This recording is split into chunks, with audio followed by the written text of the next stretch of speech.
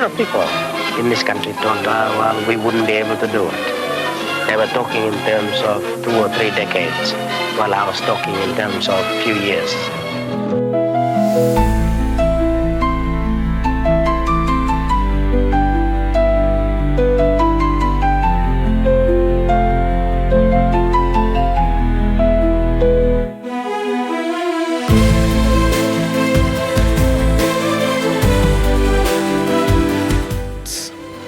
This is an agreement which the previous government signed. We will honor it, and hopefully we will fade out.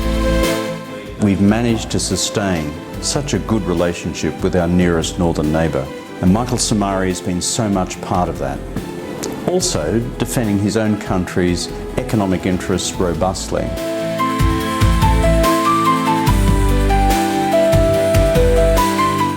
I gave my best years in this country. I hope you will each find the grace to continue our dream of our great nation, Papua New Guinea. Thank you, Mr. Speaker.